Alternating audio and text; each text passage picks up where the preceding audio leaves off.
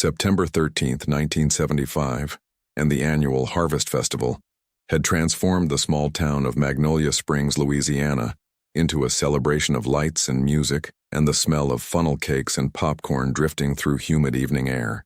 The carnival occupied the high school football field with rides and game booths arranged in colorful rows, and families from across St. Landry Parish had gathered for the weekend event that marked the end of summer. Marlowe Sutton was 5 years old that Saturday evening, a tiny girl with blonde curls that bounced when she walked, bright blue eyes full of wonder, and a yellow sundress with white daisies that her grandmother had sewn for the occasion. She held tightly to her mother's hand as they walked through the carnival crowds, her father carrying her older brother Tommy on his shoulders, and Marlowe's eyes grew wide at every colorful light and spinning ride. Her parents were James and Catherine Sutton, a young couple who worked at the local cotton mill, and they'd saved for weeks to bring their children to the carnival with enough money for rides and treats. At 7:45 p.m., the family stopped at a game booth where James tried to win a stuffed bear by throwing baseballs at stacked bottles, and Tommy begged to try as well despite being only 7 years old. Catherine held Marlowe's hand while they watched James and Tommy throw balls that clanged loudly against the bottles, but never knocked them all down, and the carnival barker encouraged them to try again for just $1 more. "Mama, I need the bathroom," Marlowe said quietly, tugging on Catherine's skirt, and Catherine looked around for the nearest restroom facilities while James focused on his final throw. The portable restrooms were visible about 30 yards away across a grassy area between game booths, and Catherine could see them clearly from where she stood, blue plastic structures with lights above showing which ones were occupied. "Come on, sweetie, let's go quickly before Daddy wins that bear," Catherine said, taking Marlowe's hand and walking toward the restrooms while calling back to James, "We'll be right back. Watch Tommy." They reached the restroom area at 7:48 p.m., and Catherine waited outside the blue door while Marlowe went inside the small plastic structure, and she could hear the carnival music and announcements continuing behind her. Catherine stood for what felt like a normal amount of time, maybe 2 or 3 minutes, and when Marlowe didn't emerge, she knocked gently, saying, "Marlowe, honey, are you okay in there?"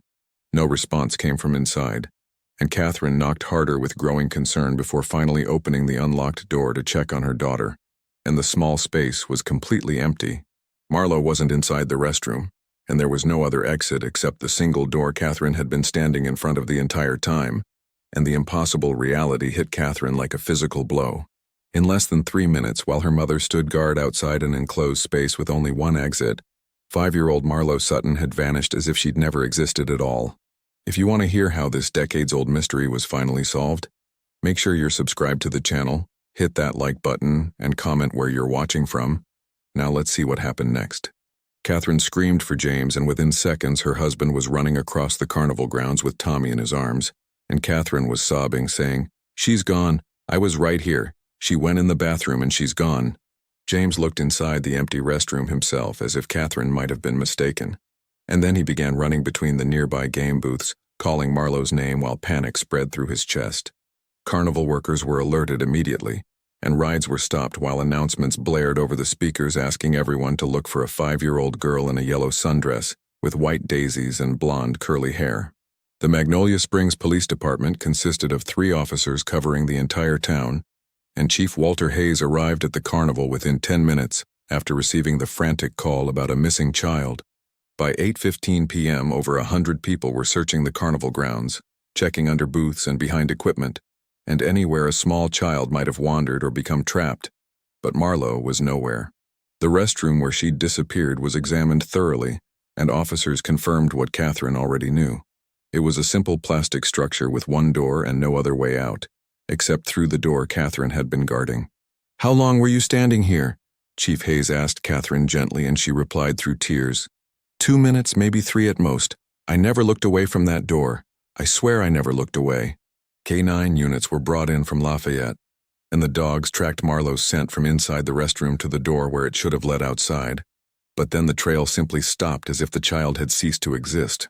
The dogs circled the restroom structure repeatedly, whining and confused, unable to pick up any trail leading away from the area, despite the ground being soft earth that should have held scent easily.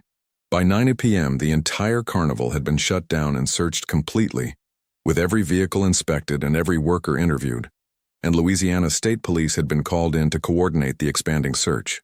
Catherine Sutton sat on the ground near the restroom, unable to move, staring at the blue plastic door and replaying those 3 minutes over and over, trying to understand how her daughter had disappeared. The parking lot was blocked, and every person attempting to leave the carnival grounds was questioned and their vehicles thoroughly searched.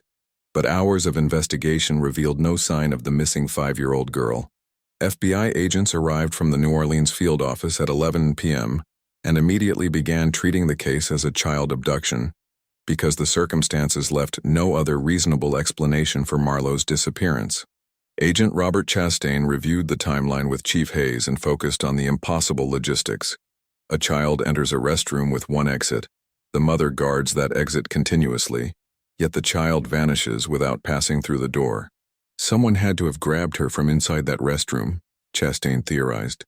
But that means they were hiding inside when she entered, or there's another way out we haven't found yet. The portable restroom was dismantled piece by piece under floodlights while technicians photographed every component, but the structure was exactly as it appeared. 4 walls, a roof, 1 door, and absolutely no hidden exits or compartments. Carnival workers were interviewed extensively, with particular focus on the crew that had set up and maintained the portable restrooms, and background checks were run on every person who'd had access to the facilities. One worker named Dale Morrison raised immediate red flags because he had a prior conviction for theft in 1968, and he'd been working near the restrooms on the evening Marlowe disappeared, responsible for cleaning and maintenance. Morrison was taken in for questioning at 2 a.m. and interviewed for 6 hours. His small apartment was searched by warrant, and his 1972 Chevrolet truck was processed by forensic teams looking for any evidence.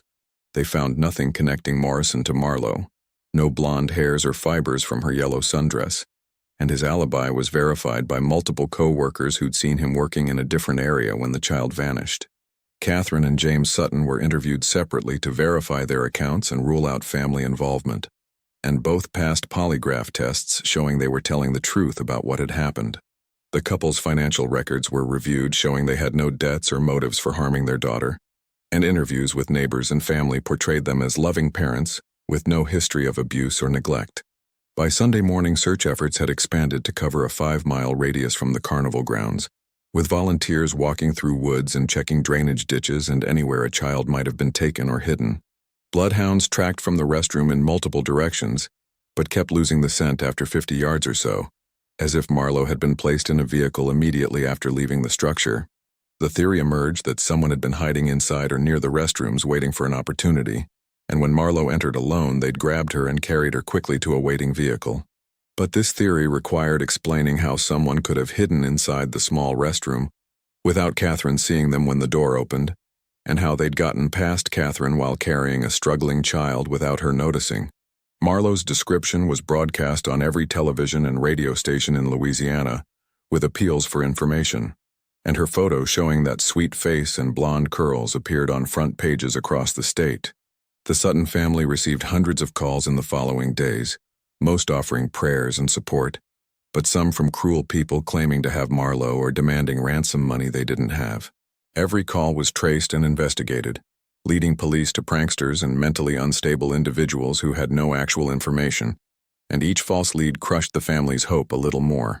A witness named Barbara Lynch came forward on Monday claiming she'd seen a man carrying a young blonde girl toward the parking lot around 8 p.m., and the girl had seemed sleepy or unresponsive.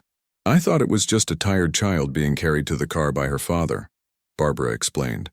"But now I'm wondering if that was little Marlowe and the man had drugged her or something." Barbara worked with a sketch artist to create a composite of the man she'd seen.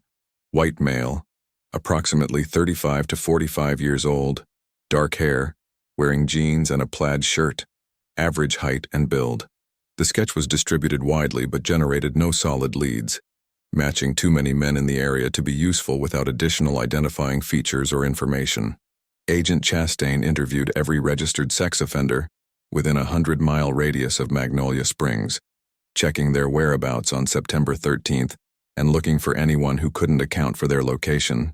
One offender named Raymond Pike, who lived 40 miles away, had no alibi for that evening and claimed he'd been home alone, making him an immediate person of interest. Pike's home and vehicle were searched extensively, but forensic teams found no evidence connecting him to Marlowe Sutton, and without physical evidence or witnesses, the investigation stalled. By October, the case had gone cold with no new leads emerging despite intensive investigation, and the Sutton family was left with devastating questions that seemed destined to remain unanswered forever. Catherine quit her job at the cotton mill because she couldn't function, spending her days sitting in Marlowe's bedroom holding the stuffed animals her daughter would never play with again. James returned to work because they needed money, but he moved through life like a ghost, and neighbors reported hearing him calling Marlowe's name in the backyard late at night, as if she might somehow hear him. Tommy, only 7 years old, blamed himself for being on the baseball game when his sister disappeared, and he developed severe anxiety that would affect him for the rest of his life. The case remained open with periodic reviews, but without new evidence or witnesses, there was simply nothing for investigators to pursue, and Marlowe Sutton became another child lost to circumstances no one could explain. The years passed slowly for the Sutton family, with 1975 becoming 1980 and then 1990, and Marlowe's empty bedroom remained frozen in time like a shrine to the daughter who'd vanished from a carnival restroom. Catherine never recovered emotionally from the loss, developing severe depression and anxiety that required medication and regular therapy, and she spent hours staring at Marlowe's baby photos wondering what her daughter would look like. James threw himself into work at the cotton mill, taking every available overtime shift to avoid being home, where memories of Marlowe haunted every room and every corner, reminded him of his failure to protect his child. Tommy grew up in the shadow of his missing sister, and he left Louisiana at 18 to escape the town where everyone knew his family's tragedy, settling in Texas where nobody asked about the sister he'd lost.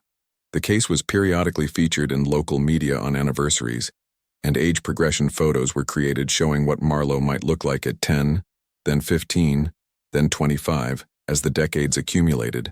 Detective Marcus LeBlanc took over the cold case in 1995 when he joined the Magnolia Springs Police Department, and he became obsessed with solving the mystery that had defined the town for 2 decades. LeBlanc reviewed every witness statement and piece of evidence, interviewing people who'd been at the carnival that night and were now in their 40s and 50s, hoping someone might remember new details. But memories had faded with time, and most people could only recall the basic story: a little girl in a yellow sundress who'd vanished from a restroom while her mother stood outside the door. The portable restroom company had long since gone out of business, and most of the carnival workers from 1975 were either deceased or impossible to locate, and the trail had gone completely cold. Catherine Sutton died in 2003 at age 58 from heart failure that doctors attributed to decades of unrelenting stress and grief, and she was buried holding one of Marlowe's baby shoes. James attended the funeral in a daze and died himself 2 years later in 2005, his death certificate listing natural causes, though everyone knew he'd really died of a broken heart 30 years earlier. Tommy inherited his parents' house and faced the painful task of sorting through decades of accumulated grief, including boxes of newspaper clippings and police reports, and age progression photos of the sister he barely remembered. He contacted Detective LeBlanc and donated all the materials his parents had collected, hoping that maybe fresh eyes in a new century might see something previous investigators had missed. LeBlanc filed the materials carefully and continued periodic reviews of the case, but DNA technology and modern databases revealed nothing new because there had never been any physical evidence to test. The case file gathered dust as other investigations demanded attention, and Marlowe Sutton became one of hundreds of cold cases from the 1970s that would likely never be solved despite the pain they'd caused. By 2020, Marlowe would have been 50 years old, possibly a grandmother herself, and the idea that she might be alive somewhere living a normal life seemed statistically impossible, yet emotionally necessary for some to believe. Detective Sarah Broussard was assigned to the cold case unit in 2023 and began systematically reviewing unsolved cases from Louisiana's past, applying modern investigative techniques and genealogical DNA databases to decades-old mysteries. When Broussard reached the Sutton case file, she was immediately struck by the bizarre circumstances of the disappearance and the complete absence of physical evidence or logical explanation. She spent weeks reviewing every document and interview, and one detail kept nagging at her. The witness, Barbara Lynch, had seen a man carrying what might have been Marlowe toward the parking lot at 8 p.m. Broussard pulled traffic camera footage from 1975, but the technology had been primitive, and the carnival had occurred before most surveillance systems existed, so no video evidence was available. However, She found something interesting in the original investigation files. A partial license plate number that a teenage boy had reported seeing on a dark blue sedan leaving the Carnival parking lot around 8:15 p.m. The information had been noted but never fully pursued because the boy couldn't remember the complete number, only that it had started with LJ4, and he'd thought it was odd because the car had left quickly. Broussard ran searches through archived DMV records from 1975, looking for Louisiana plates beginning with those characters, and the search returned 347 registered vehicles that had matched that partial plate. Most of the vehicle owners were deceased or the records were incomplete, but Broussard began the painstaking process of tracking down what had happened to each registered owner, looking for anyone with concerning history. One name caught her attention: Lawrence James Devereaux, who'd owned a dark blue 1973 Plymouth Fury registered with plate LJ428, and had lived in New Iberia, approximately 45 miles from Magnolia Springs. Devereaux had died in 1998, but when Broussard pulled his background, she discovered something chilling. He'd been investigated but never charged in connection with another child disappearance in Mississippi in 1972. The Mississippi case had gone cold as well, but the similarities were striking.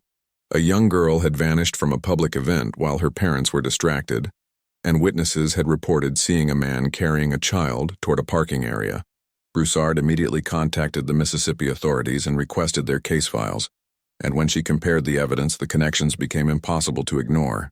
Lawrence Devereaux had worked as a traveling carnival equipment technician in the 1970s, moving from town to town, setting up rides and maintaining facilities, which gave him access to dozens of events across the South. Broussard discovered that Devereaux's company had been contracted to provide portable restrooms for the Magnolia Springs Harvest Festival in 1975, placing him at the exact location when Marlowe vanished. The revelation sent chills through Broussard as she realized Devereaux would have had intimate knowledge of the restroom layouts and could have modified one to include a hidden panel or false back that investigators hadn't detected. She contacted the Carnival Equipment Company's successor business and requested any archived blueprints or maintenance records from 1975, and after weeks of searching through old storage units, they found original setup diagrams. The diagrams showed that Devereaux had specifically requested to install a particular model of portable restroom that had a removable back panel for servicing, and this panel could be opened from outside without entering through the main door. This explained the impossible disappearance. Devereaux had been waiting behind the restroom, opened the service panel when Marlowe entered, grabbed her before she could scream, and carried her away while Catherine stood guard at the front door. But Devereaux had been dead for 27 years, and proving he'd taken Marlowe required finding evidence or witnesses that could connect him definitively to the crime after half a century. Broussard located Devereaux's widow, Helen, who was now 83, and living in a nursing home in Baton Rouge, and she drove there hoping the woman might have information about her late husband's activities. Helen Devereaux was initially reluctant to speak about her deceased husband, but when Broussard showed her photos of Marlowe Sutton and explained the investigation, the elderly woman's face crumbled with emotion. "I've carried this secret for almost 50 years, Helen whispered, tears streaming down her weathered face. "Lawrence told me if I ever said anything, he'd kill me, and I believed him because I saw what he was capable of." Helen revealed that in September 1975, her husband had come home late on a Saturday night with a small blonde girl who appeared drugged or sedated, and he'd locked the child in their basement. "He told me she was his daughter from a previous relationship, and he'd gotten custody, but I knew he was lying," Helen explained. "We'd been married 12 years, and he'd never mentioned having a child, and the girl was terrified." Lawrence had kept the child in the basement for several months, and Helen had been too frightened of her husband's violent temper to report what was happening or try to help the girl escape. "He eventually told me he'd found her a new family, that she'd been adopted by people who couldn't have children," Helen said. "A couple from Texas who paid him money and promised to give her a good life away from Louisiana." Helen didn't know the names of the people who'd taken Marlowe, but she remembered they'd come to the house in January 1976, a man and woman in their 30s who seemed nervous and spoke with Texas accents. This revelation transformed the investigation from a cold case into an active search for a woman who might be alive, living somewhere in Texas under a different identity, with no memory of her real name or family. Broussard immediately contacted Texas authorities and began searching adoption records from 1976, looking for any 5-year-old girls who'd been adopted by couples around that time through unofficial or illegal channels. She also requested DNA samples from Tommy Sutton, who was now in his 50s and living in Houston, explaining that advances in genealogical DNA might help locate his sister if she was still alive. Tommy provided a DNA sample and told Broussard, "I gave up hope decades ago that Marlowe was alive, but if there's any chance she's out there, please find her and tell her our parents never stopped looking." The DNA was entered into genealogical databases including GED Match and Family Tree DNA, and Broussard waited for potential matches that might indicate relatives of the Sutton family living somewhere with different surnames.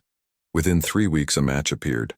A woman named Caroline Hayes, who'd submitted her DNA to 23andMe, showed as a close familial match to Tommy Sutton, indicating she was likely his sister. Caroline Hayes was 54 years old and lived in Austin, Texas, where she worked as a pediatric nurse and had 2 adult children, and she'd taken the DNA test out of curiosity about her ancestry. Broussard's hands shook as she pulled up Caroline's profile information and saw the photo, a middle-aged woman with blonde hair and blue eyes who bore a striking resemblance to the age progression images of what Marlowe Sutton might look like. Caroline had been adopted as a young child by Robert and Martha Hayes in early 1976, and her adoption records indicated she'd been approximately 5 years old, but her exact birth date was unknown. The Hayes family had been told Caroline was the daughter of a woman who died in childbirth and had no other family, and they'd raised her lovingly without knowing her true origins or that she'd been stolen from a carnival. Broussard contacted Caroline through the DNA website and requested a phone call to discuss important information about her biological family, and Caroline agreed, though she was confused about what this might involve.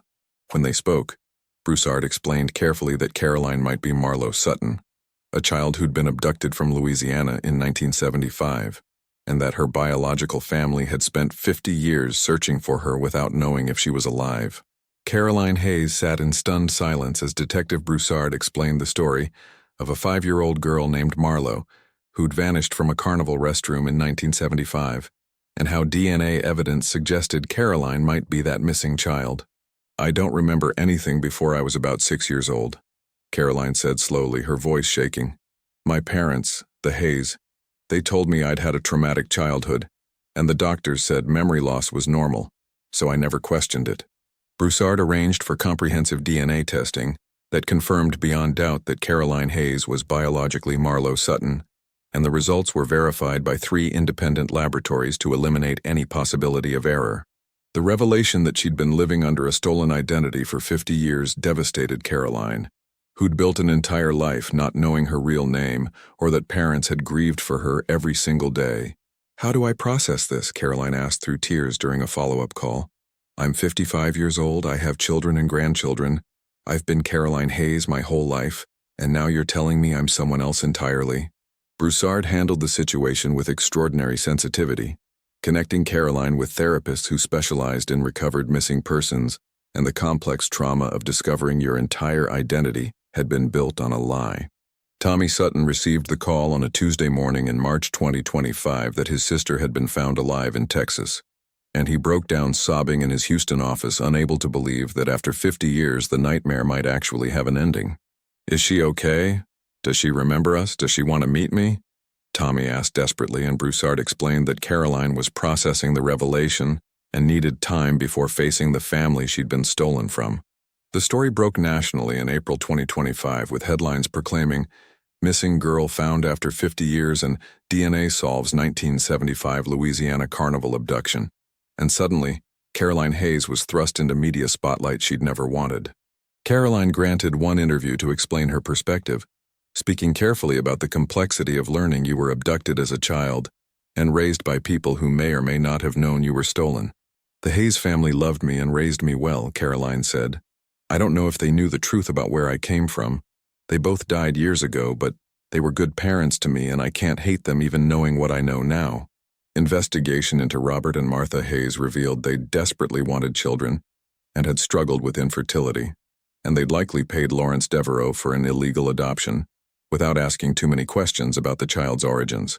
Whether they'd known Caroline was kidnapped or believed Devereaux's lies about being her biological father remained unknown, and both had taken that secret to their graves in the early 2000s. The meeting between Caroline and Tommy was arranged for May 2025 at a private location in Houston, and both siblings approached the reunion with 50 years of trauma and grief, creating complex emotions. Tommy recognized elements of his sister in Caroline's face despite the decades that had transformed a 5-year-old child into a middle-aged woman, and he brought photos of their parents to show her the people who'd never stopped searching. "They loved you so much," Tommy told Caroline as they sat together looking at old photographs. "Mom kept your room exactly as it was until the day she died, and Dad spent decades trying to find you. They never gave up hope." Caroline wept seeing photos of James and Catherine Sutton who'd died without knowing their daughter was alive, and she grieved for the relationship they'd been robbed of by Lawrence Devereaux's cruel actions. The sisters Catherine and James Sutton had never met their 3 grandchildren, Caroline's now adult kids who'd grown up in Texas not knowing they had family in Louisiana, and that loss felt unbearable. Caroline visited Louisiana in June 2025 to see where she'd been born, and to stand at her parents' graves, and she placed flowers on the headstones while telling them she was sorry they'd suffered, and she wished she could have found them sooner. The legal process of restoring Caroline's true identity was complex, involving court petitions and amended birth certificates, and Caroline ultimately decided to legally reclaim the name Marlowe as her middle name while keeping Caroline as her first name. She became Caroline Marlowe Hayes Sutton, a name that honored both the family who raised her and the family she'd been stolen from, and she worked to build relationships with Tommy and extended Sutton relatives who welcomed her. Detective Broussard received commendations for solving the 50-year-old cold case, and her innovative use of genealogical DNA inspired other investigators to revisit old cases with modern technology that hadn't existed when crimes occurred. Helen Devereaux, despite her advanced age, was not charged with any crime due to her cooperation and the statute of limitations, though she spent her final years haunted by guilt over not saving Marlowe decades earlier. The case led to changes in Louisiana law regarding illegal adoptions and created new protocols for investigating claims of private adoptions that lacked proper documentation, reforms named the Marlowe Sutton Act. Caroline established a foundation to help other families searching for missing children and to support adults who discover they were abducted as children, turning her trauma into purpose that honored her parents' decades of searching. Tommy and Caroline developed a close relationship despite the lost years, with Tommy moving to Austin to be near his sister and meeting the nieces and nephews he'd never known existed until 2025. On September 13, 2025, exactly 50 years after Marlowe vanished from that Carnival restroom, Caroline returned to Magnolia Springs for a memorial service honoring James and Catherine Sutton, who'd never stopped believing their daughter would be found. "My parents didn't live to see this day, but I know they're at peace now," Caroline said at the service. "They spent 50 years searching for me, and though I can't give them back that time, I can live the rest of my life honoring their love and their refusal to give up." The case of Marlowe Sutton stands as a testament to the power of modern forensic technology, combined with determined investigation, and as proof that even after 50 years, cold cases can be solved and families can find answers. And in Magnolia Springs, Louisiana, where a little girl in a yellow sundress once vanished from an impossible place, a memorial plaque now reads, "Marlowe Sutton, lost 1975, found 2025, a testament to hope and perseverance." The story reminds us that advances in DNA technology and genealogical databases are solving decades-old mysteries, that patience and determination can triumph over seemingly impossible circumstances, and that sometimes, against all odds, the lost can be found.